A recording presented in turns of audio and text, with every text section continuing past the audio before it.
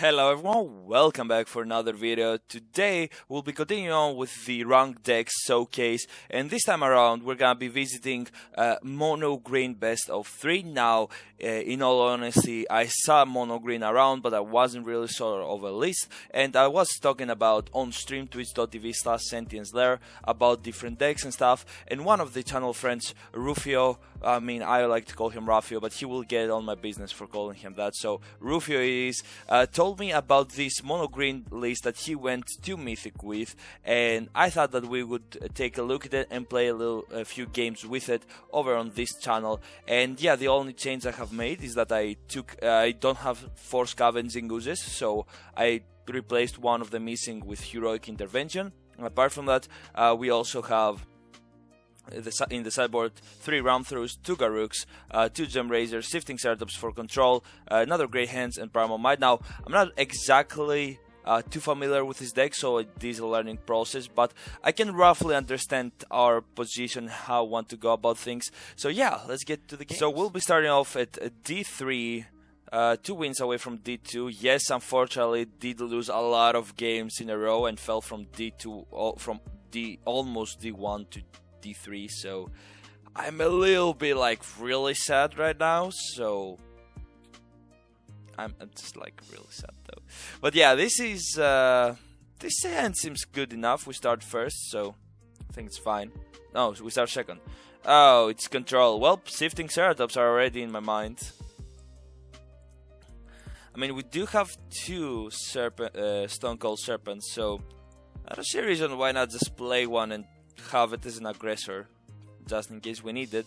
We can always just get a Gem Razor to just, top it off. Oh yeah, we're definitely, in my mind, I'm already playing Shifting Ceratops and Questing Beasts, there, and of course putting in some extra Gem Razors just because, yeah. Oh, shucks. This is the reason I want Stone Cold Serpents, because it cannot be bounced from Teferi and can also kill it if we get bounced out. So that's why I wanted it, and it also did 1 extra damage. But yeah, Shifting Ceratops, Gem Razor, and the Questing Beast are already here, already in my mind, 100%, no questions about it. The Crawl Harpooners go out because they're just they're not useful, they do nothing here. So I'm telling you, I kind of understand how this deck goes, but I'm not too proficient with it, in all honesty. But we'll try to win this first game, even though we're very slow. I think we'll have a definitely way shot in the second and third game. But it's not like we have given up on it. So I'm gonna play Vivian. Now, I do have this idea that I just buff up the Stone Cold Serpent, so I have 2 threats on the board, and of course Stone Cold Serpent is more difficult for them to remove than it is stuff like Yorvo and other stuff. So yeah, and if we are I would love to -5 Vivian and get a Shifting Ceratops. That's such a big win condition for us. And yeah, that was a good play, as you saw, for Vivian. Also, we can give more counters to Barkhide Troll to give it hexproof with Vivian, which is very, very nice. Oh my god, why is it so loud? Oh, sneaky. We have no dead creatures, so this is kind of weird, actually. Yeah. I'm just gonna play Yorvo and gonna play Pelt Collector. I prefer Yorvo to get buffed than I prefer Pelt Collector. I'm gonna actually -3 Yorvo, kill the Hydroid Crazy Sai, and just go as aggro as I can. Again, I don't believe we can win this just because they will have Shatter the Sky, and we have very little haste cards, and we have not drawn into a hands, so we're already in a very big disadvantageous position. Found the hands. We got the hands.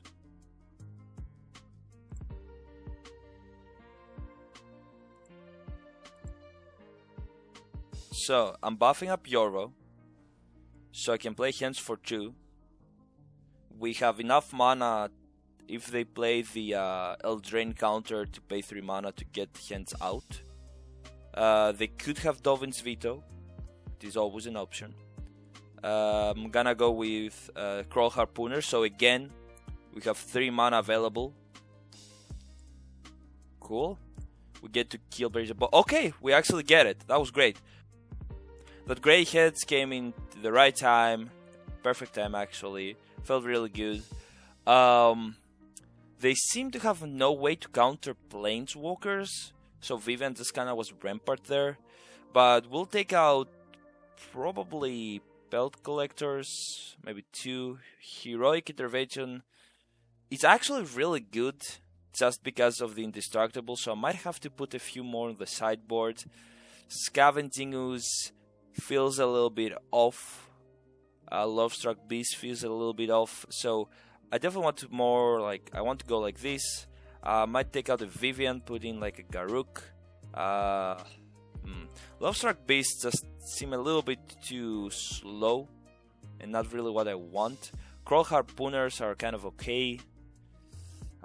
Should I put Ram-Throughs in? That's another question.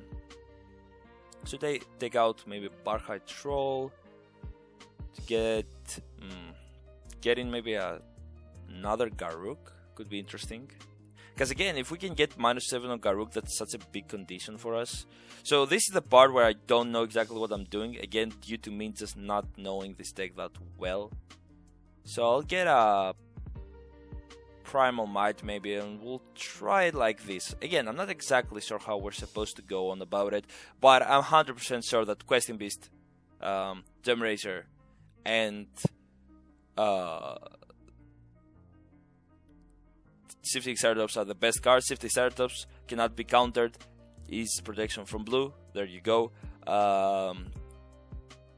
Questing Beast has haste and can basically just come on in.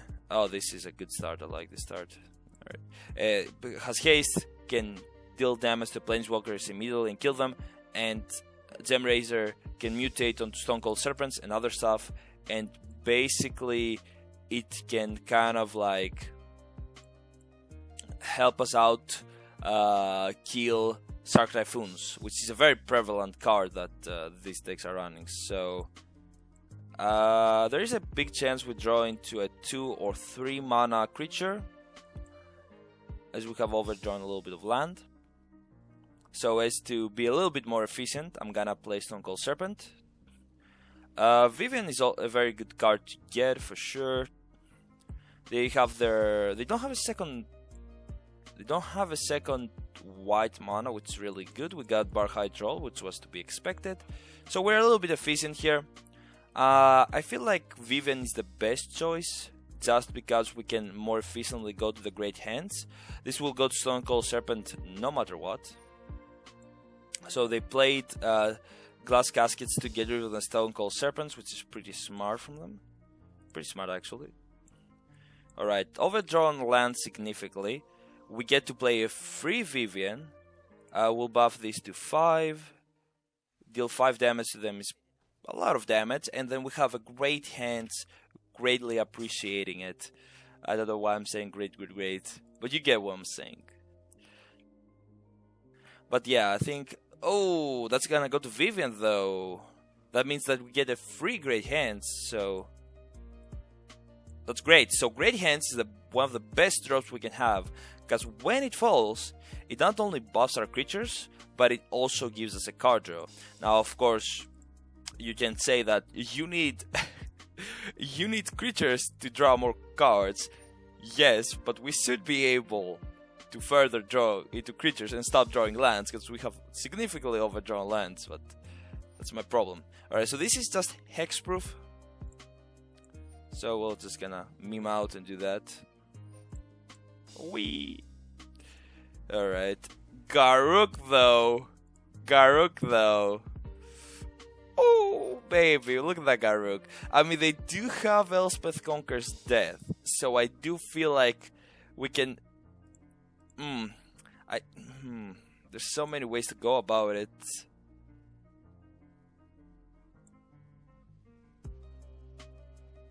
do I try to go for the -7 or do I go for the creature? The creature can be easily removed because it's a token, so I might actually try to see for a 7. There's no way I'm gonna showcase Stone Cold Serpent and Questing Beast just yet, because that's a waste of basically my power, because they might have another Shadow of the Sky. They're not showing their weapons, so to speak. They're not showing like their Shock Typhoons or their Teferis or all of that stuff, so it is way more efficient for me to just wait a second, chillax, keep my strong stuff and see what they're up to. So they get a Hydroid Crisis, which is absolutely fine for us. Crawl Harpooner is only a 5, so it's actually a 6. It can kill the Hydroid Crisis. Interesting. So we are gonna do this. We're gonna do that. We can't. So Crawl Harpooner gets down as a 6. Yeah, it's a 5-2. That's gonna... Sorry, it's a 6-3. We get rid of their Hydroid Crisis very efficiently, very nicely. We get to play a Stone Cold Serpent for 4 plus another 4. That's 8. My math is impeccable. Now this is a little bit of a waste because we might get a creature, but again, we're kind of chillaxing to get Garruk to ult. Sorry I'm being like so focused because I really want to win and I really want to showcase the deck perfectly, so I'm very focused. Also, if you enjoyed this video, if you enjoyed this deck, make sure to leave a like, subscribe for more content. You're very awesome if you do that. But yeah, very focused, really want to win here, really want to get back to Mythic, so I'm just like, you know, just chillaxing, seeing what I can do. There is a very high chance they have a counter for Garruk, like an Elspeth Conquers Death. They might have drawn into it due to Hydroid Crisis High. I feel like they might have a bounce here. Aethergast, we're gonna take action here. We're gonna keep that at the top of our deck. So how about we do this? We get Questing Beast.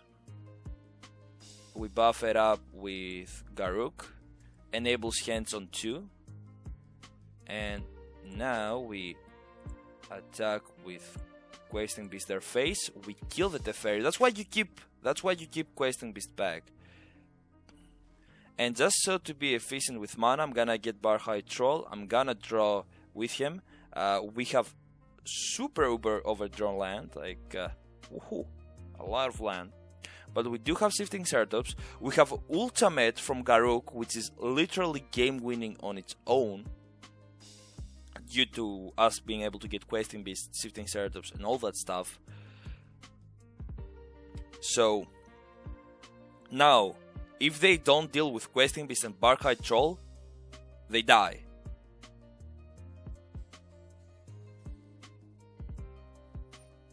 So we are left with an actual free ultimate on Garruk, I think.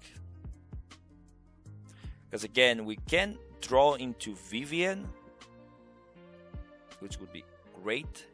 They don't have enough mana to play Elspeth Conquers Death. I don't know if they have another way to deal with Garruk. And I'm not gonna take any risks. I'm gonna immediately -7 him. I'm not gonna take a risk. We cannot afford the risk. But yeah, the only bad thing about Garruk is it's at the beginning of your end step, which makes him fair for sure, but again, not my favorite. So we're gonna Shifting Ceratops here. We're gonna give it haste. The best draw is to draw into more Shifting Ceratops.